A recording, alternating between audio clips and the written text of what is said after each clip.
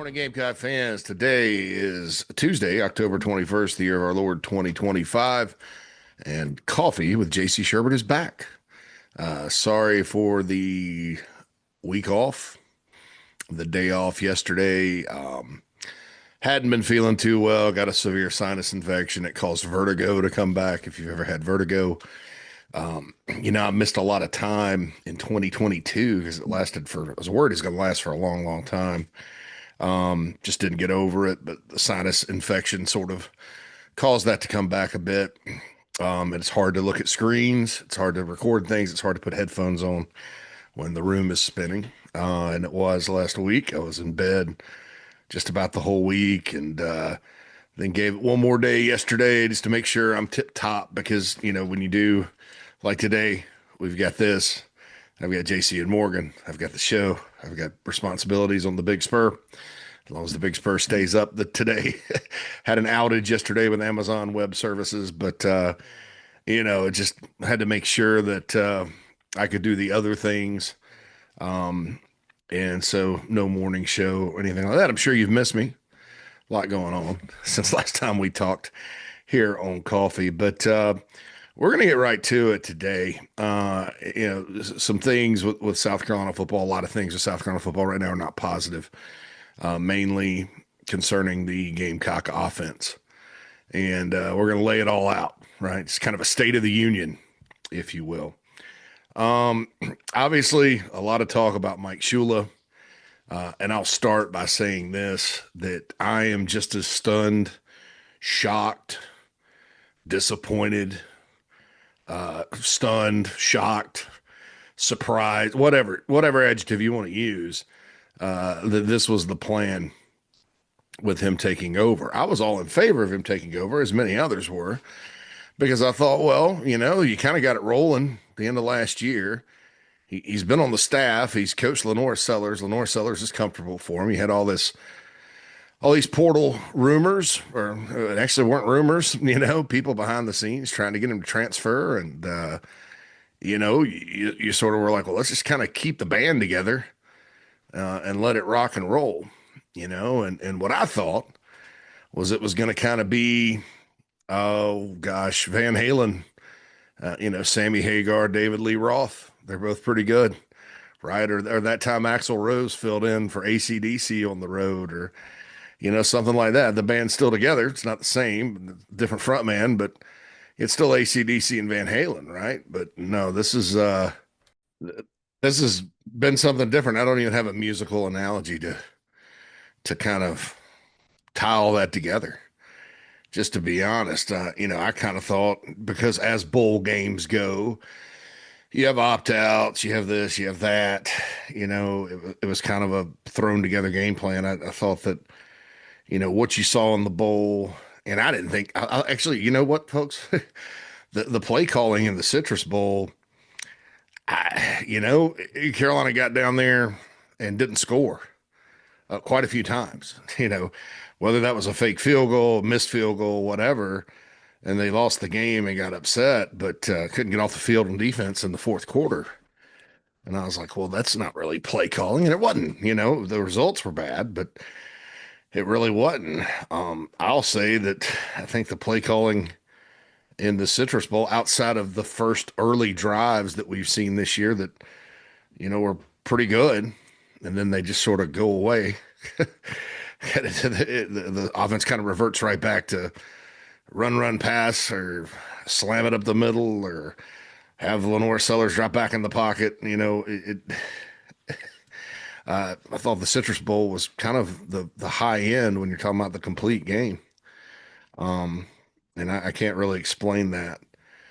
So those of you that were worried about that, congratulations, you were right. I apologize for kind of poo-pooing on it, right? Because obviously that was a sign of things to come. And it's worse.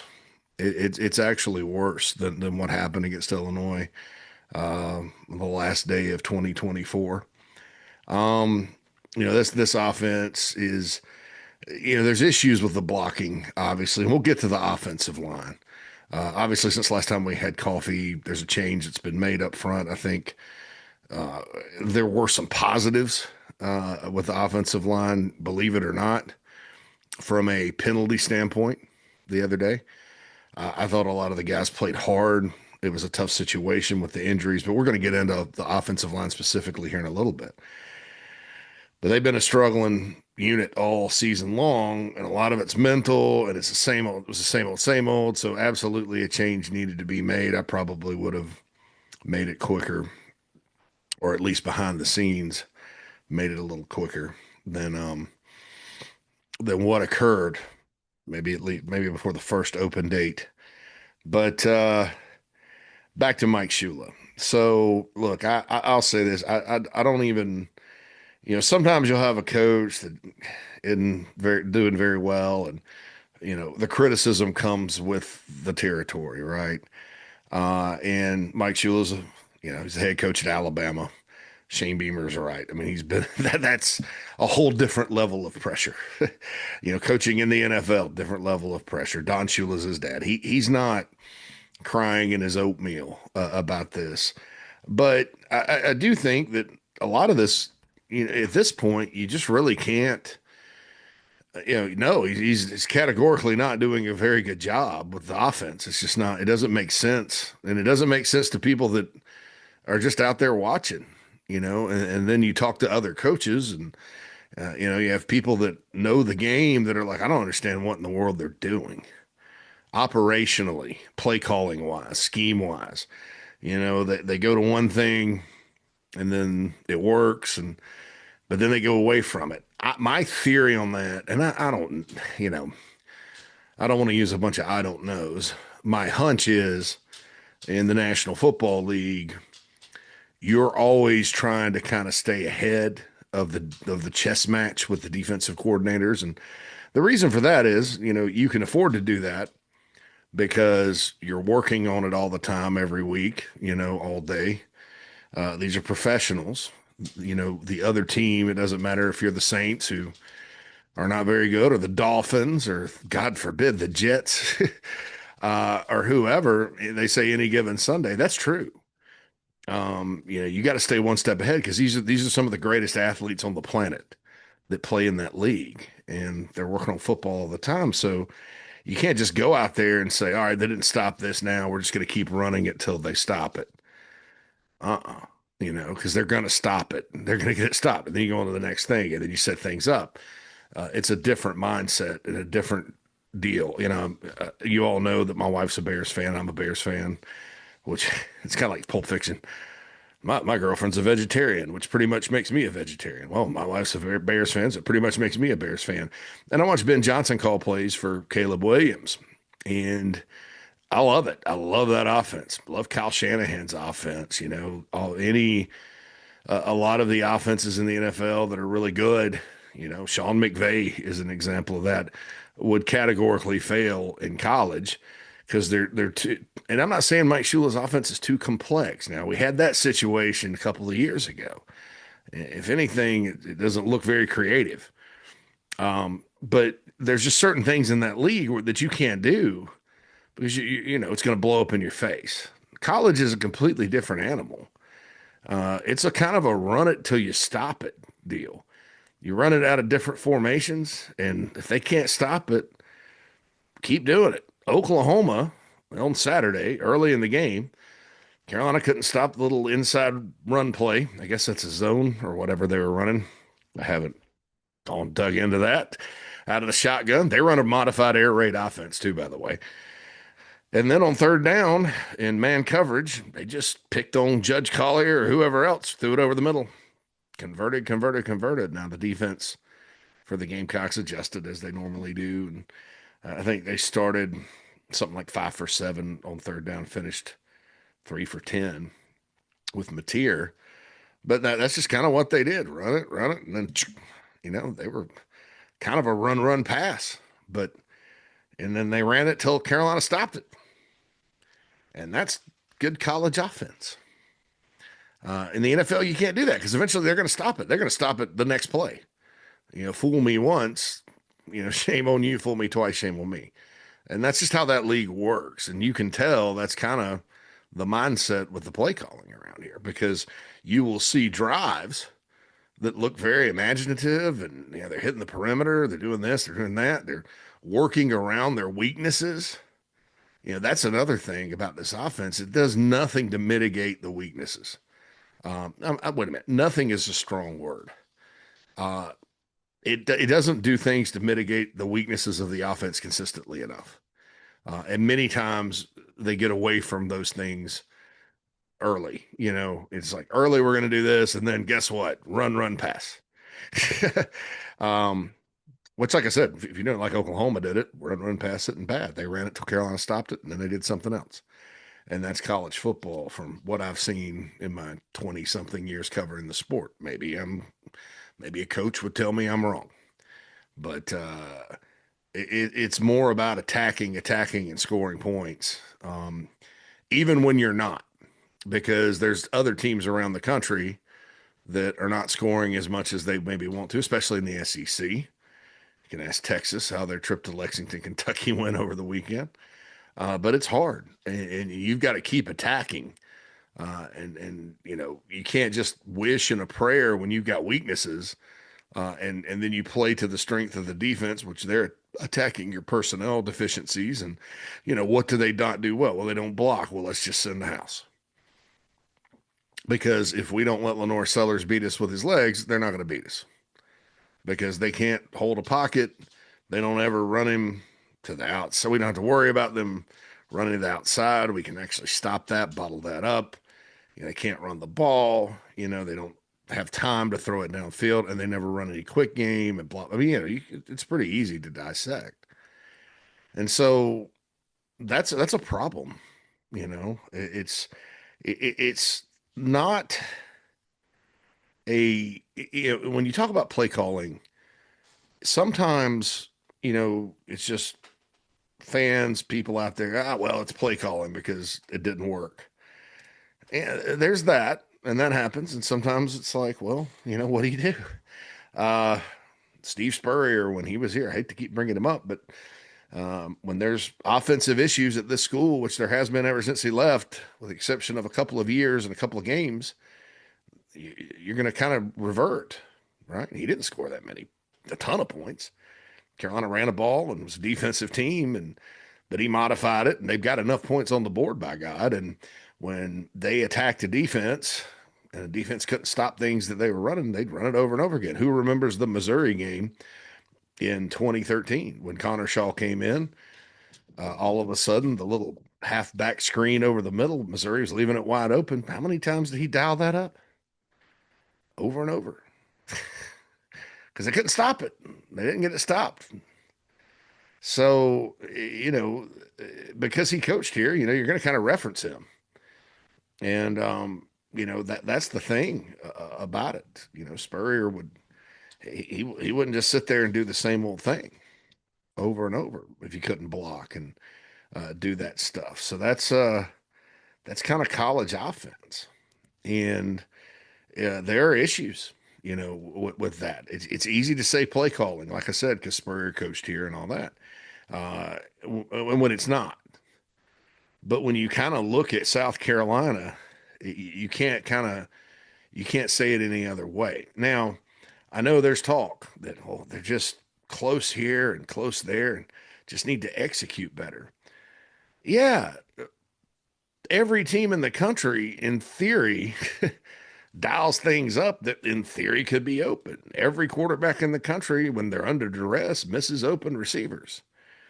That's why I really have to question this pocket passing thing. And this is what shocks me. This is another shocking thing.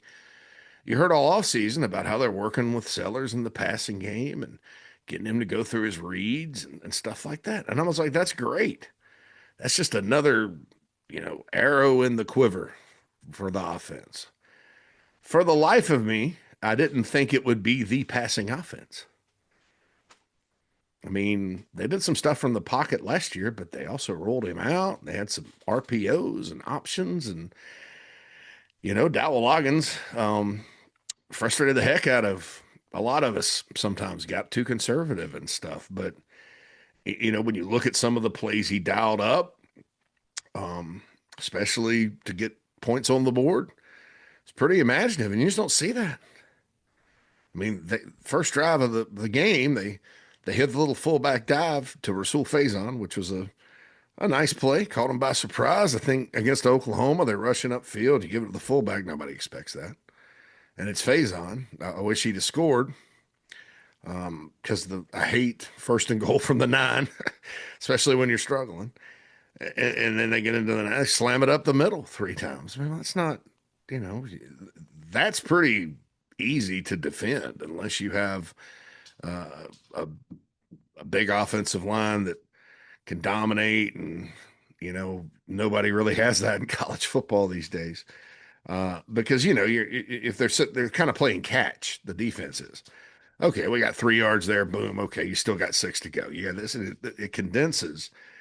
So I don't know. And then the last play on fourth down, just there was no chance. Lenore Sellers did a great job getting positive yards on that one. There was no chance of that happening on the pass on fourth down. Um, and look, I wouldn't have gone for it when you can't score points. It's nice to get points, especially early in a game, settle everybody down. People will be disappointed. You got held to a field goal, but like I said, first and goal from the 9. A lot of teams are kicking field goals, including those that play South Carolina. We've seen that movie before. I don't think there's any harm in that. I said it before they went for it. Even if they just scored a touchdown, I would have stuck to it. I understand. I appreciate the aggression, but man, when you got to kind of, I mean, in my opinion, you got to kind of look at what you don't have and what you need, and you need points because you can't score. Period. And 3 is better than 0. Um, so that was a part of the Oklahoma game that I kind of just, I didn't agree with the call. Now it's 50-50. I mean, that's a coaching thing. I don't want to harp on that. But when you look at the struggles, there's just not a lot of rhyme or reason to what's going on out there. Hey, let's talk about Lenore Sellers. What makes him a special player? What sets him apart? He's got a good arm, got a cannon. You know, I think he's a good passer. I don't really care what anybody says. He's a good passer. You're always going to miss some. You look around college football, guys are missing open receivers. Some of those guys, if you look at it from the sideline view, I had a coach tell me this one time. Back during the Spurrier era, he was like, well, yeah, okay, so these guys are open, right? Well, here, look at this on my iPad. And it's the view from the quarterback. And from the stands, it looks like, if you're looking from the side or on TV or even from the back end, or even if you're looking at it from the quarterback point of view, and he pointed it out, he slowed it down and said, look, if he throws it here, there's a guy right here that's going to break on the ball and pick it. So that guy looks open, but he's not, according to how the play's set up. And that's always stuck with me because I used to be one that's like, that guy's wide open. Why don't you hit him? Well, sometimes he's not. Sometimes he is. Clearly, sometimes he is. Lenore Sellers in the Vandy game, when he threw the pick, there was a guy wide open in the end zone, and that would have been easy. But, you know, it, uh, it's not all the time that we see guys open that we think they are. And I'm not saying he's been perfect, but what makes him special? Good arm, good passer as a quarterback passer. Good. I think that in certain, I don't think he's a quarterback that can't process it mentally, and I think we'll find that out in the NFL. But that's for the NFL to get out of him, not for the University of South Carolina. Um, as far as processing in the pocket and all that, you see it with Caleb Williams with the Bears. I mean, he's still a long way away, but he's getting there, and it takes time.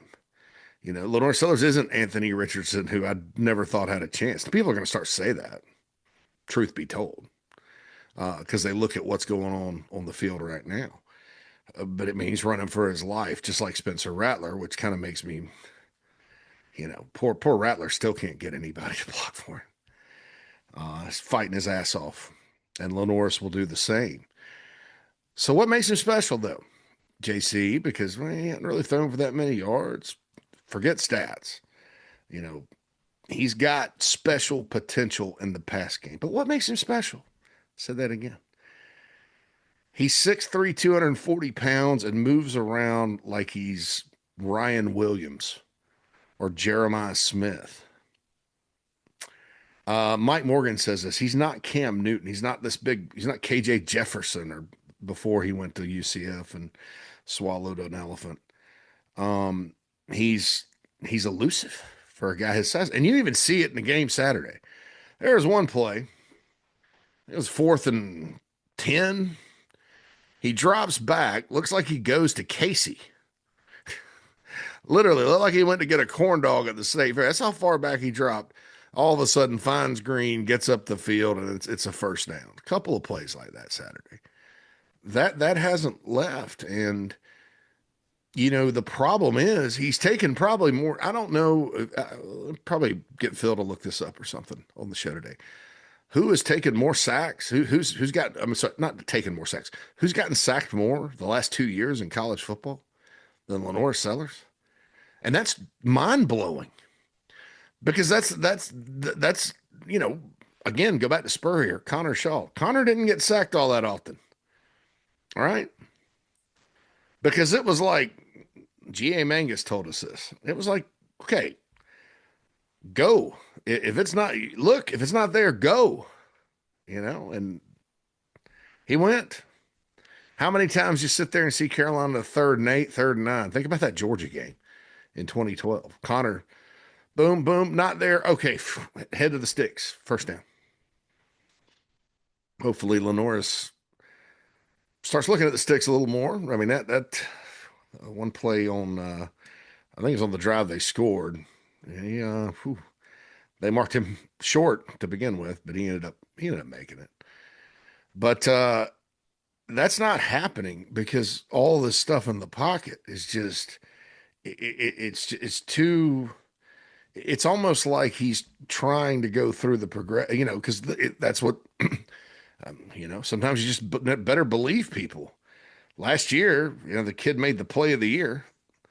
And then in the press conferences afterward, you just heard that, oh, he missed Nick Harbor in the end zone. I thought at the time, this is something a lot of coaches say. Coaches always like, well, quarterback's got to quit taking off and running. Speaking of Spurrier again, he hated that. He lived with it with Connor Shaw, and because it helped and they won games. But a lot of passing quarterback coaches, like, sit in there and give it time, right? And you heard that, and they worked on it all off season, and so, but it's still when you don't have great protection, and in college football you're not going to a lot of the time, then you got to get out, and I don't want to say he's giving it too much time. On Saturday, he just didn't have any time at all. You got to get out of that, and you got to have a plan in place to where your offense isn't dependent on that. And it's shocking to me that, no problem working. I thought it was great work with him because then you can add some pocket passing to the repertoire, right? You can add it to the offense. Well, it's 85% of the passing game. He rarely rolls out. You don't have a lot of play action. I don't understand. The scouting report on Lenore Sellers from some of the NFL scouts and stuff is he's great at play action. Do we see that often enough? More than the straight dropbacks? And so I think that some of my initial thoughts, but way before Shane Beamer was ever hired, that you can't run a pro style offense at South Carolina and be successful. I got that from the history of the program. It's happened several times through the years, back to the 80s. And every time they try to say NFL style offense, it just goes bad. And it's crazy to me because you go from the run and shoot in the 80s, the veer before that, to Al Groh coaching offense the only year in his life. Didn't work. You go from the fast break offense that the only good thing Brad Scott did coaching wise, because he certainly wasn't going to fix his defense. And you decide Anthony Wright senior year, you're just going to line up in the I and run the ball. What? and they scrapped that midway through. Just like '88, they scrapped they went back to the run and shoot for the Clemson game. It didn't work, but yeah. So you look at Lou Holtz when Coach Holtz went the other direction from '99 to 2000, and this is the worst offense since 1999. And in 1999, Carolina didn't win a game. They were held without a touchdown in 5 games. It's not that bad. But you had walk-ons and converted wide receivers and true freshmen. Phil Petty got hurt that year. When Phil Petty came back, the offense was okay. Um, and you had Langston Moore starting at offensive guard as a true freshman. I mean, it was a bad. You want to talk about decimated by injuries. So there were some reasons for that. And the next year, though, Carolina didn't really light the scoreboard up, but Lou let Skip Holtz run his spread attack, which was pretty similar to some of the things Urban Meyer ended up doing. And guess what? The offense tempo. I mean, it was a good offense. It was enough. Carolina was really good on defense that year, and the Carolina got enough points most games, turned the program around. Um, you know, Going in the other direction, modifying things that are more adaptable to the college game. We mentioned Coach Spurrier. I mean, the run game was anemic until he kind of said, well, let's try some of this zone stuff. And Eric Wolford came in 09 and it got a little better. And then, of course, you get Marcus Lattimore and Sean Elliott in there. And Carolina all of a sudden could run the football along with passing it out of the fun and gun. You look at the modifications, even in the Muschamp era, when you go 2018, wide open offense, BMAC's calling it as a first time play caller. That offense obviously didn't end that year well, but for the most part, Carolina put points on the board. You can ask Clemson about that season, and some other schools. RPO game, all that. Well, then the next year, true freshman quarterback, you kind of had a little more pro influence on it. Not quite as good. Not quite as good. I don't even need to mention the first couple of years under Beamer, which when you look back on it, it's all the more frustrating when you see the amount of talent they had at wide receiver fundamentally, the players they had out there, Spencer Rattler, and then once Tennessee, Clemson, Notre Dame, once they decided to kind of commit to going full throttle and simplifying it and scrapping all these personnel groupings and stuff, that offense put points on the board. Even in the bowl game against Notre Dame, when they were down tons of players, they put enough on the board. Now, special teams defensive scores certainly helped in that one as well. But Tennessee and Clemson, plenty of points, even with all the turnovers up there. So there's a track record here of saying, well, less is more sometimes when it comes to these pro style offenses. It's just never worked, folks. And it doesn't work around college football either. Uh, Very rarely does it. And the pro guys that do well in college are guys that modify. And I've got an example of that here coming up. But Liam Cohen, right, head coach of the Jaguars. Jaguars been okay this year. He's gotten a lot of credit. Got the head coaching job there, and their offense has been fine. And he was at Kentucky, and everybody at Kentucky loves him because they won 10 games when he was there. Was that offense explosive? Did they put a lot? No. They played defense. They ran the ball. And then when he was there the next time, they didn't have Will Levis and Wandale Robinson. They were average. So where was the strategic advantage to having him call the plays at Kentucky? Although it's better than it's been, I don't know. I just don't know. For every Todd Monken that's gone back and forth, Todd had a long track record in college. What he did at Georgia was great, super creative. Or Brian Daboll that had a 1 year cup of coffee with Saban and kind of built on what Lane did, and he was out, and they kind of brought Sark back or whatever. Um, there's just not a lot of examples of that. The college offenses that work, and not all of them do. I mean, look at Auburn, Hugh Freeze, college guy, known as a great play caller, dumpster fire. It's hard to score in the SEC this year, but you can't shoot yourself in the face by trying to do something that does not work. Or that that only works when there's a lot of modifications made. And I don't think Mike Shula is a very sinister individual. I think sometimes it's hard to teach an old dog new tricks, man. The guy hadn't been in college calling plays in years, and in theory, he probably thinks he's doing the right thing. I mean, it's hard to get a feel. Um, and honestly, this should have been recognized. I don't really blame him. He's doing the best he can. um, Sellers is just not a pocket passer right now, especially with the protection.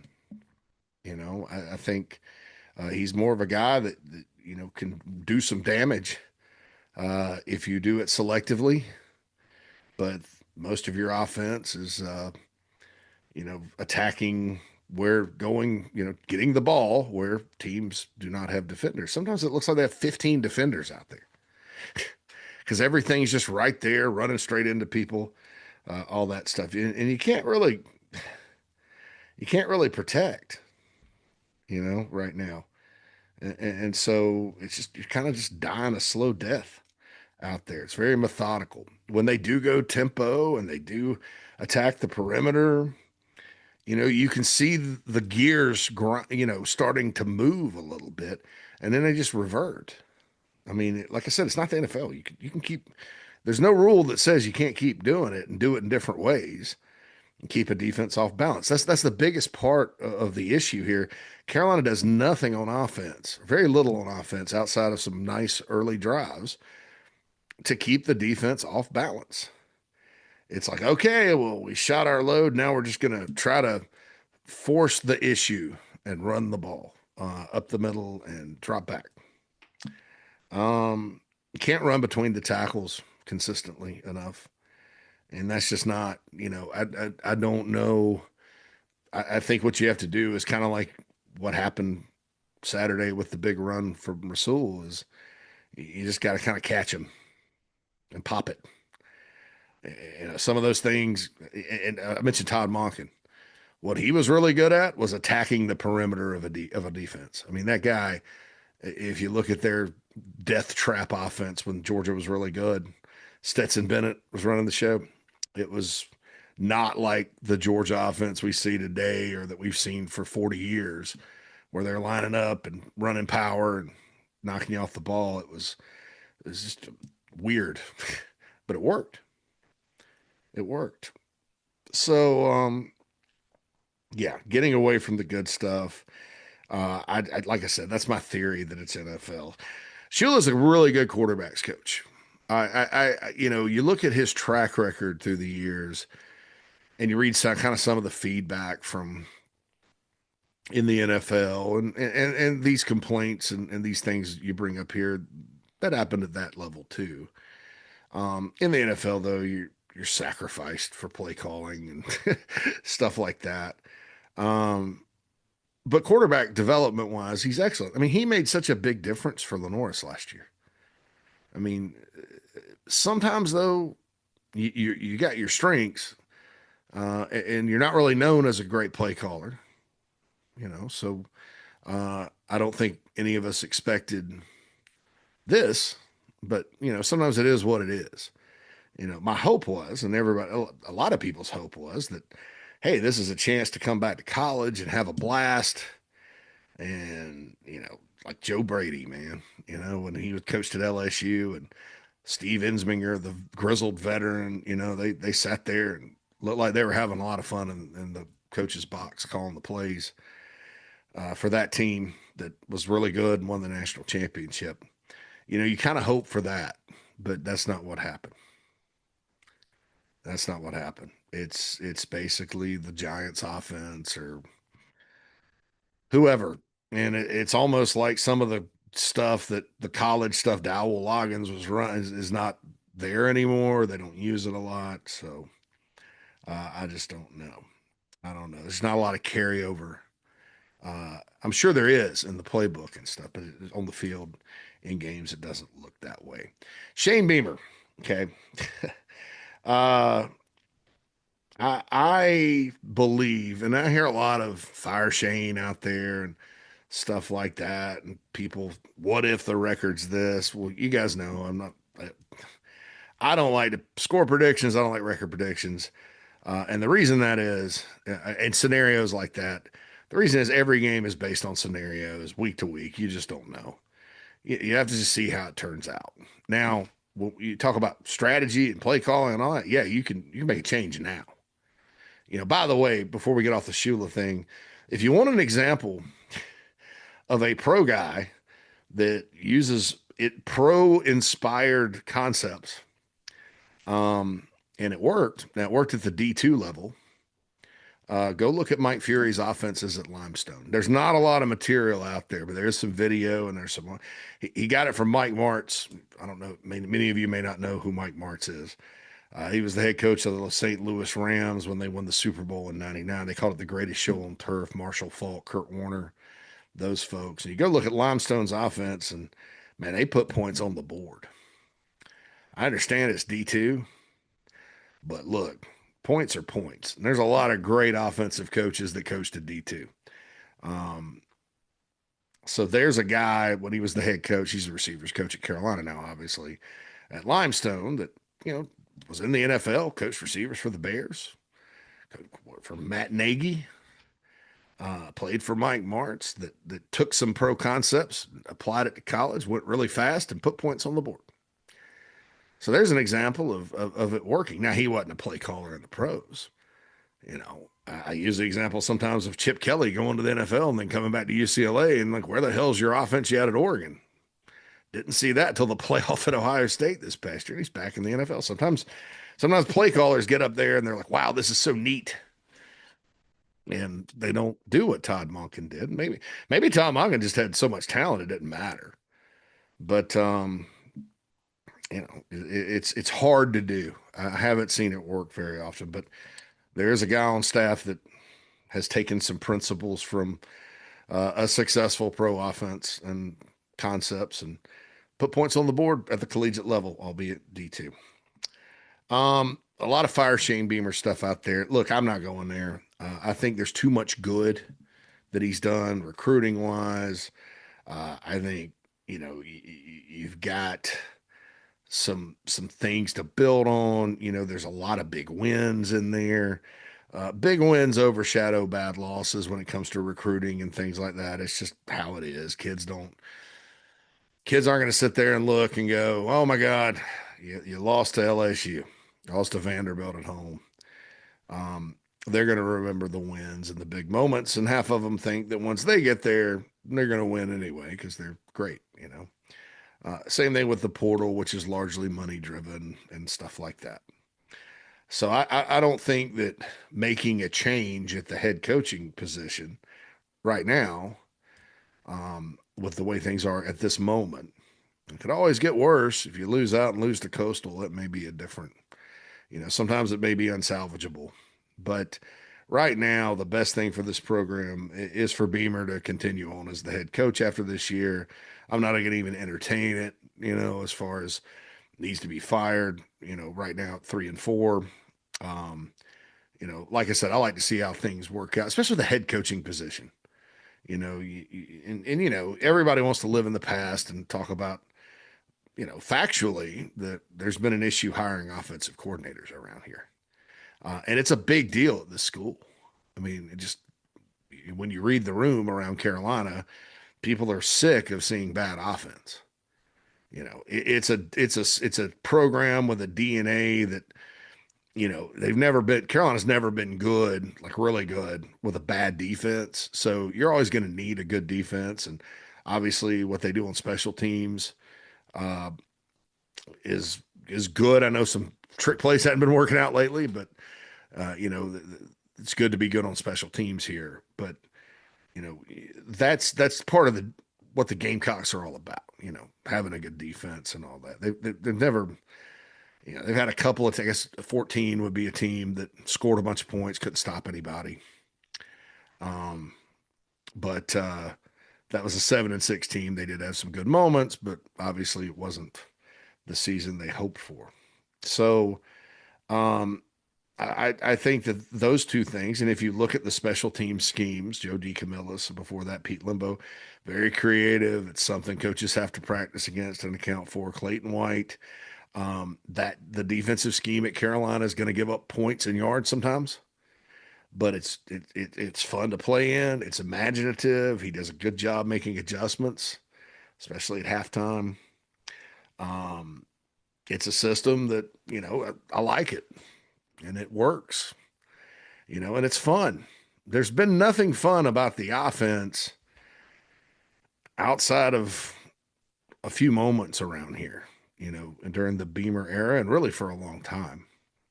Really for a long time. So that's crazy. That's just right now. I think it's all about fixing the offense. If you're talking about the Beamer era, but I don't believe that changing the head coach, especially right now with all these coaching changes and stuff out there, I don't think that's what's best for the program. I know some of you feel differently, and that's fine, but I think that's overreactionary and failure to see the forest through the trees.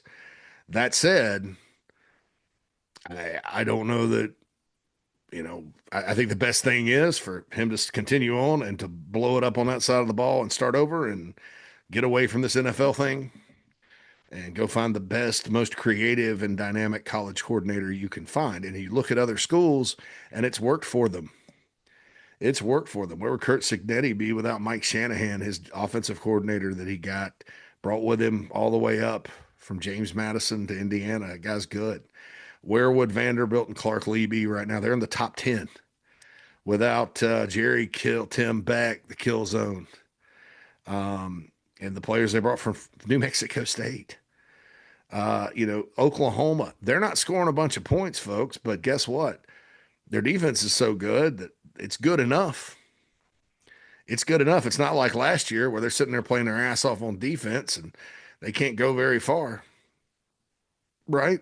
It's good enough. I mentioned Lou Holtz and Skip Holtz. Again, 2,000 Gamecocks didn't score a ton of points, but it was enough. And at least it didn't hamstring you. And it's shocking right now that you have Lenore Sellers and you can't move the ball at all. Lenore Sellers and upgraded speed and athleticism and playmakers. We miss Rocket Sanders. Well, you knew that. I told everybody when they were talking about Faison being the difference in 1 or 2 wins this year. Yeah, nice player. Don't overhype that. He's not Rocket Sanders. Nobody is. Rocket's a 235-pound back that runs 4.4 with great hands. They don't grow on trees, man. you know? But what about the receivers? What about Josh Simon? Well, they don't get the ball. Nobody's going to put up numbers right now. Happy that Jaden Sellers had a good game, though. So I think Beamer has to fix this. And through the grapevine, I've been told he's expressed to people. He's going to fix it. What does that mean exactly? I'm not going to get into that kind of speculation, but I mean, you'd have to kind of be living under a rock to not know that. And the question will become not if he fixes it, but how. And that's going to determine all of these questions about his tenure, because it's, you've gone from terrible to decent and adequate, back to terrible for different reasons. I want to be clear about that. I know the results are the same. Obviously, Satterfield at times put up more points. But there's the problems there are fundamentally different. Virginia Tech rumors. I'll say this. I know that was all over the place this past weekend. And I'll just tell you that, out there, Eli Drinkwitz talked about this the other day. Out there in college football right now, and coaches, and this will get to my next point. This is going to be a longer episode of Coffee, by the way. Coaches in college need to kind of chill out a little bit. I understand because I get frustrated as well with misinformation and stuff on social media.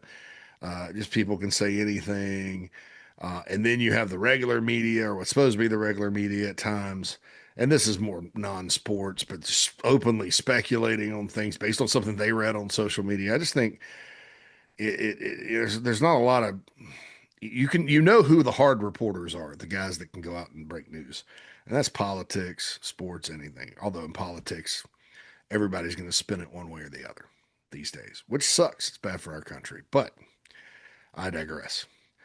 Um, but I don't think it's with this thing, it's I don't think it's so much that there's just people making stuff up as it is. I think there's agents. I'm not saying it's Shane's agent or whoever it is that put noise in the system about these things, that float things out. I think there are other people with agendas. There's, the problem is kind of the behind the scenes stuff, and the information that folks get from people who should know.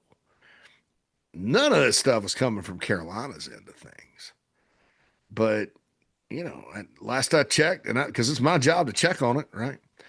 Um, I don't think Virginia Tech wants to go in that direction. I think there's some people that would like to see it happen up there. I don't think Beamer wants to go in that direction. It's not something that you can just ignore, though, if it pops up again. I'll just say that. I absolutely would be stunned if he left for Virginia Tech or anywhere else.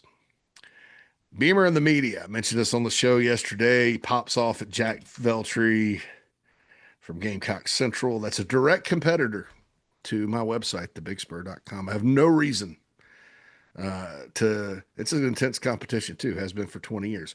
This is not me defending a buddy. I don't know him. I've never met him in my life. I know this. I know people that do, and I know he's a good person. And I know he works very, very hard. And I know he always asks good questions. Do I agree with every question everybody asks all the time? No. But I'm not at the press conferences. I think everybody in that room that shows up to cover the team every day, from David Cloninger to Phil Kornblue to my guys John Whittle and Hale McGranahan, everybody that sits in there, they're all good people, man. I mean, I do know most of them. And they don't. This is not New York City. This is not Chicago. This is not Philadelphia. This is not Gotcha Media in Columbia, South Carolina. It never has been. Well, let me back up. The state newspaper used to act that way. Jordan Kay, he had a really good tweet about why fans were frustrated. Go look at that film. Go look at that play. These people aren't, gotcha journalists, so to speak, quote unquote journalists. They show up, they work hard, they do their job, they feed their families. And let me just say this, and this is more general coaches, because I saw Brian Kelly go off on some LSU reporter on YouTube the other day. Let me just say this, and I was talking to a friend of mine that's in the business yesterday. These guys that coach college football, and I'm pro coach. I think sometimes certain aspects of the national media, they're kind of jealous. They sort of unfair. They don't like coaches. They sort of blame them, which amazes me. And I'm always standing up for coaches, and it's a hard job. But let me just say this, okay? To the I'm mad after a game and going to take it out on a reporter crowd out there.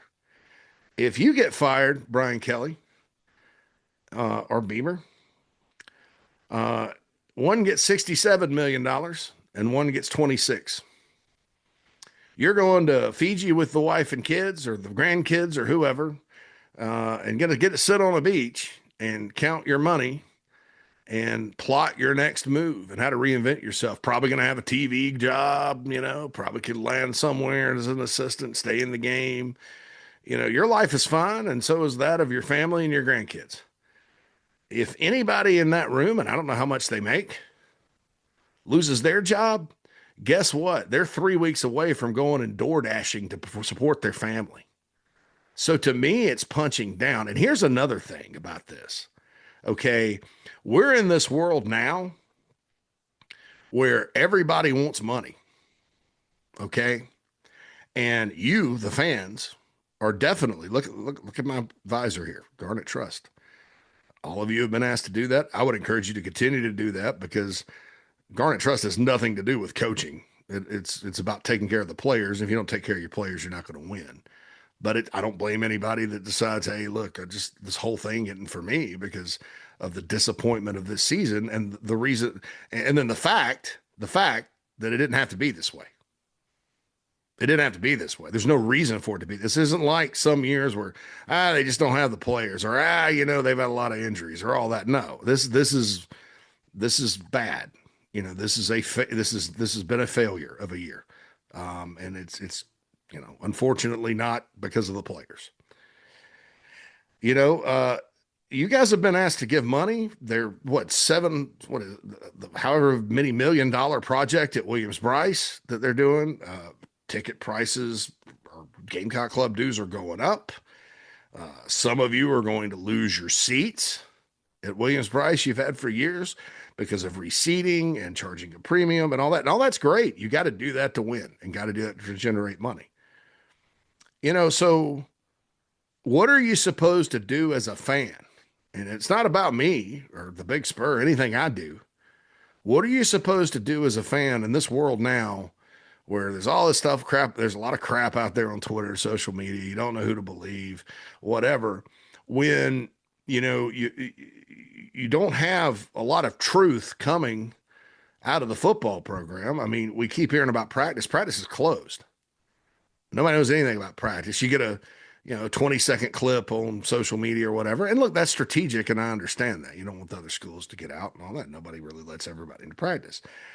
But when everything that comes from the coach is kind of coy and you don't know, everybody's kind of trying to figure it out and guessing and stuff like that. But you're asked to continue to give more money and support all this stuff because you're told, you got to do that to win, which is true.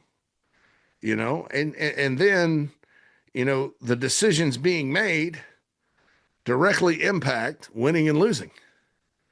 And I find myself quoting Will Muschamp a lot these days. The fun is in the winning. That's what's fun. It's not fun to watch offense like that. It's not. It's not fun to hear about how great they were in practice. Yes, okay, coaches are accountable to their players. But these days in college football, when the fan is being asked more and more and more and more and more, over and over and over again, and these guys are making however many millions of dollars. Like I said, they get fired, they're fine. We get fired, DoorDash, Uber. I mean, and yet it's like state secrets. For anything, and nobody cares. Nobody wants to be honest about anything. Everybody gets pissed off in press conferences and all that. But yet, shut up and pay. I'm sorry. And that's not just South Carolina. That's everywhere. Shut up and pay. That's not sustainable. And college football may not go in the tank in my lifetime, but it will eventually if that continues. These are state-supported schools largely. Now, I know tax money and all that doesn't go into athletics. It's self-sustained, and they make a lot of money, generate it, and all that stuff. But you have what? $50 million worth of salary and NIL that hits the practice field every day at South Carolina? Largely funded because you care and are passionate. You just care. Gamecock ride or die. Same thing at LSU. And from what I was told by people that went down to LSU for the Carolina game, they've priced their fans out too. That's a shame. The state of Louisiana is not a rich state. Everybody lives for LSU in that state. And Brian Kelly's going to get in a press conference because somebody asked a question, why you needed a defensive touchdown to beat Florida and all that. And Brian Kelly's going to scream at him. Shane Beamer is going to sit there and go, next question, when Jack Veltri ask a perfectly legitimate question. I'm not coming down on Shane. Shane's really good with the media, as far as doing interviews and all that. I mean, I don't think he's very forthcoming, but no coaches are. I'm just saying in general, how much more are you going to be asked to give your hard-earned money to millionaires, and in some cases with the players, 100,000aires, to have this kind of product, and then to have, when it's questioned in a very legitimate manner by someone who works hard to bring you the truth, to have that kind of response. No, sir, no, ma'am. That's not sustainable. And I'm not just getting on Shane. And he's popped off at reporters before. And sometimes, quite frankly, the question was bad timing, whatever. And I defended him, but I can't defend that. And I don't know Jack. I've never met Jack Veltri. And like I said, he works for a direct competitor. But I just, to me, that's just, okay, don't put the product on the field you've put on the field. And you can't do that. You can't do that when it's obvious. No, look, like I said, sometimes it's not play calling, and we all say play. Not we all, but a lot of people are play calling, because sometimes you're just sitting there enjoying the game, and if play works, it works, and if the call doesn't work, it doesn't work. Yeah, like at Texas right now, people are talking about play calling. I'm like, well, you got one of the best play callers in the country. They asked Sark if he was going to give it up. He laughed. No, they're just struggling right now with their quarterback and their offensive line. Okay, that's fundamentally different than what's going on at South Carolina, where you have a second-year starter at quarterback, you have more talent around you, and you're just running into a meat grinder over and over. That deserves to be questioned, period. And coaches around the country, these are cushy jobs. You know, I think at some point the Jimmy Sextons of the world will get the last laugh, because they're the ones with these ridiculous, the push these ridiculous contracts and manipulate everything. And one of these days, you're going to get some real leadership at some of these schools. They're going to wisen up and tell everybody to go jump. Because the fans, the people that matter, aren't going to put up with it. It'll be a TV product. Because, oh, the ratings are great. Yeah, sure. Okay. Great. TV product. Real Housewives of New Jersey. And if too many more decisions in college football are made this way, and the sheer arrogance of the whole thing continues down this path, that's what it's going to be. It's going to be, we'll watch it on TV. Watch it on TV. I do appreciate Shane Beamer's passion for the game, and I don't like when he goes off of all the referees or Brett Bielema. I don't mind that. I think that's a preference. I mean, you can't have everything. I think it's good to be passionate and care. I get it. People give him hell about that. I don't. I mean, everybody's different. Carolina needs a coach that's a little different, I think. But this whole adversarial relationship with the media, when information's constricted and all these programs, how dare some of these programs? And Carolina's actually good about access and things like that. Some of these programs that like tighten the grip and control the narrative from their SID's office and the head coach's office or whatever, and act like they don't owe, and they're state-supported schools and with legions of fans, and then they're going to ask their fans to turn around and pay, and the fans, get hoodwinked because, the official word is this, but the real word is something else, and then they're asked to fork out. No, why? If it happens too many times and you get sold a bill of goods, what do? You stop shopping there. You stop spending money. I don't think anybody cares about practice anymore either. Practice is closed. Nobody sees it. Take your word for it. Take nobody's word for it. I've covered this a long time. Any coach will tell you that, hey, some say, well, we've never won when we've had a bad week of practice collectively. Okay. I think that some will say we've had terrible weeks of practice and won, and great weeks of practice and not. Most say that. I believe that the truth is this. I think individual players, if they don't have a good week of practice, chances are individually they're maybe not going to play that well. The whole team in general, sometimes they just show up and play, right? So I don't think anybody wants to hear about practice anymore. I think people care about the games. We wait all year, 9 months. 9 months. How fired up was everybody? 9 months. And then this. And it's the same old story on offense. And you keep thinking, well, they've turned it around before. Maybe they can, and maybe they can. I still think all that said, after I've had my Festivus airing of grievances there about college football coaches who are multimillionaires, punching down on reporters that are, and I'm not talking about jerks, right? There's jerks out there, right?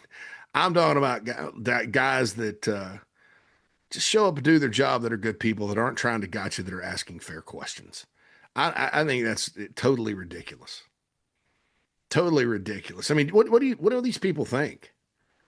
That now, with all these players getting paid and people being expected to spend even more money and money and all that it's just about you and the team and circling the wagons, and no, and you're not accountable to anybody but these people here. No, it ceased to be an educational program a long time ago. Well, not a long time ago, 2 or 3 years ago. That's when Nick Saban got out. It's not a professional sport because these aren't pros and they have to develop, and that's important. But, there's accountability. The more you get, the more is expected. You can't just, act like certain high school coaches that just circle the wagons. That's fine, high school. College football, it's a public property. Just like the whole thing with the Big Ten and the stupid private equity. There are congressmen that say, hey, listen, this is a public asset and you're selling it to a private company. That's what people love about college football. That's why it exists in LA to Starkville to Miami to the Midwest, everywhere except New York City, the Northeast. Once you get past Pennsylvania, because these are our teams. They belong to us. They do not belong to some coach that's getting paid $30 million to go away. Billy Napier cried.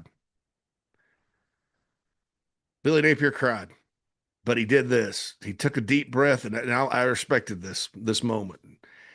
He didn't boo-hoo, but he was choking up. But he looked at the camera. He did this because that Florida job's a meat grinder. And he just looks, and the eyes are glazed over. And he said, I love college football.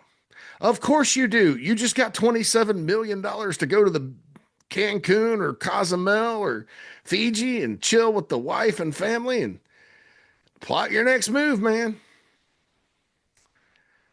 Must be nice. Again, most of us out here, not all of us, not all of y'all in my audience. Most of us, though, we're about 3 weeks away from going deliver pizzas or driving Uber if we lose our jobs. And we can't afford to screw things up. We don't get chance after chance. The student protest today. I'm just going to say this. I'd be a big hypocrite if I said they shouldn't. No, we know protest. A lot of protests these days, folks, around our country. Some of them are misguided. I believe this is one. This is a very personal attack, not a personal attack. Students pay student fees. They're students there. It's their team. It's their team too. It's not just the players and coaches. It's their team too. I get it. I don't think this is going to do anything to help Carolina beat Alabama, which is what's important. I know the chances of that are slim, but you got to line up and play. You got to try not to get embarrassed. You got to try to find some offense. There's still a season to be played. This is not going to do anything to help Carolina win or beat Ole Miss. But chances are it's going to kind of be a little embarrassing. But by the way, the game's on ABC this weekend, so national television. And people are going to talk about it. Hopefully it's just kind of some students doing this, that, and the other. It's not a big deal. I just don't look. We all know that.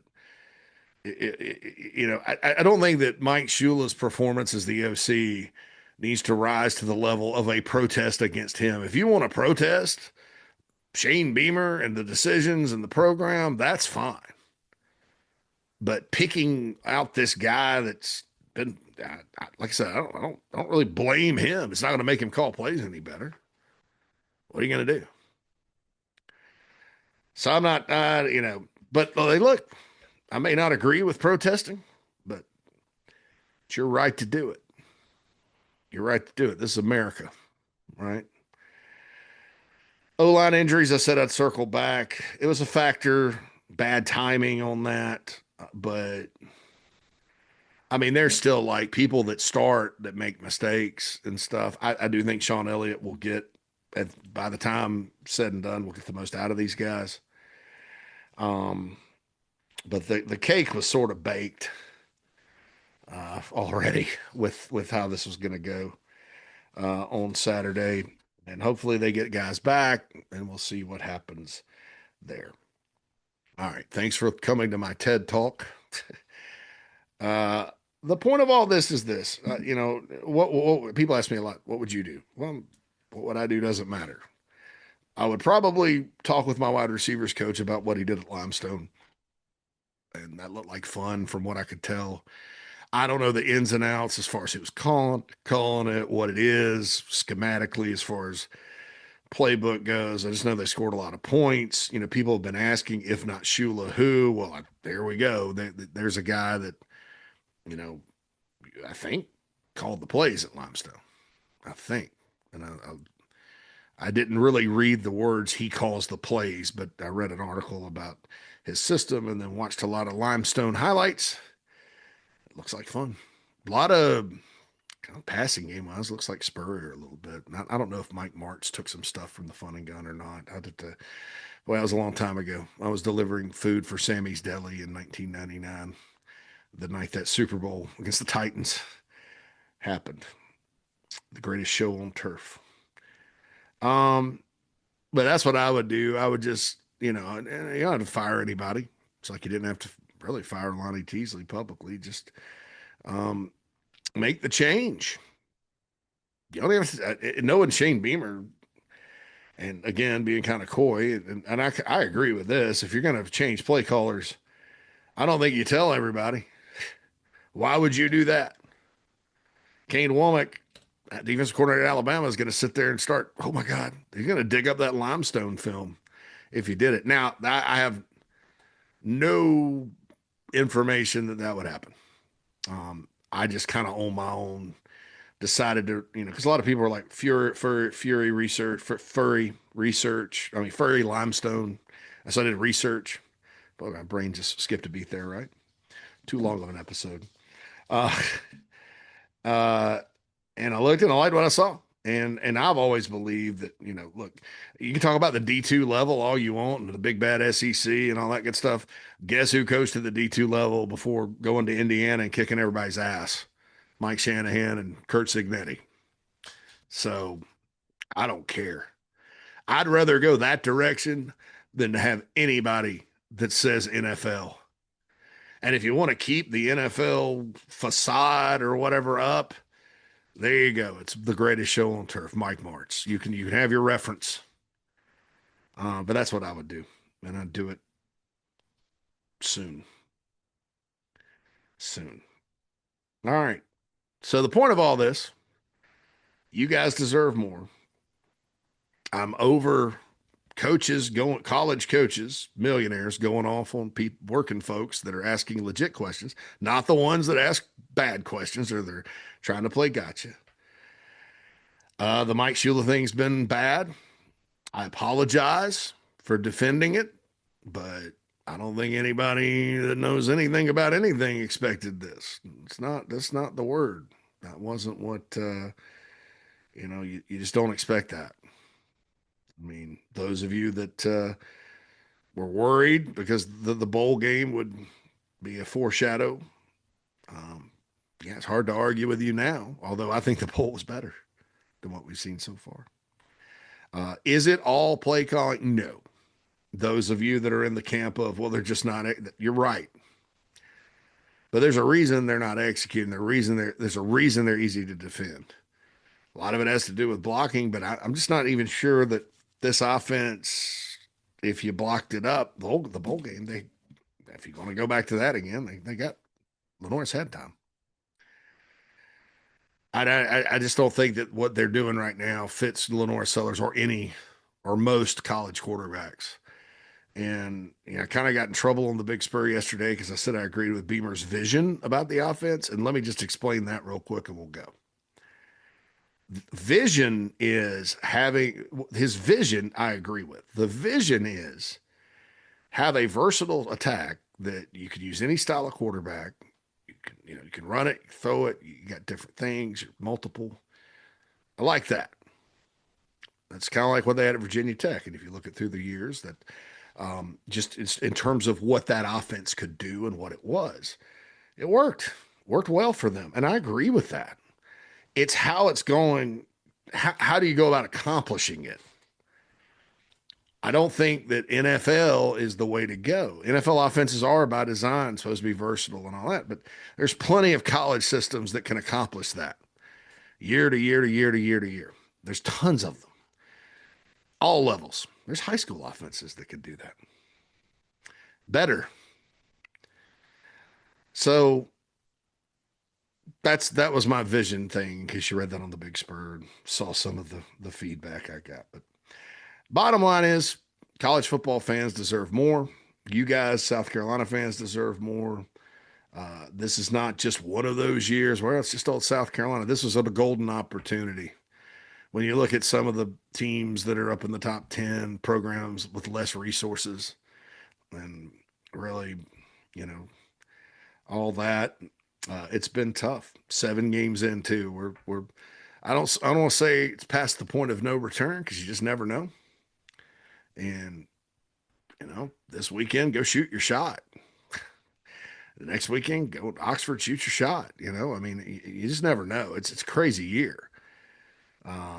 And I would try really hard to get to a bowl and win 3 more. Because many of you will say, I don't care about the bowl or anything going to postseason. Well, yeah, that's fine. But as far as your overall trajectory of your program and momentum and all, you need to do that. You need to stay in the postseason. You don't want to go 2 out of 3 years, no postseason. And that's just an overall thing. It's always better to be playing in December than not, regardless of the disappointment of the year. But you guys deserve more. You deserve more, and hopefully this gets fixed.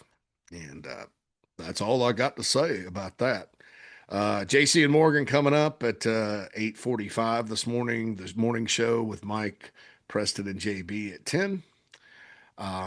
Also, after that, Phil and I will be back. I think it'll be a very light, terrible Tuesday on the show after this. Sports talk tonight. Tomorrow, tailgate talks and the late night Gamecock show. Also wanted to tell you guys this.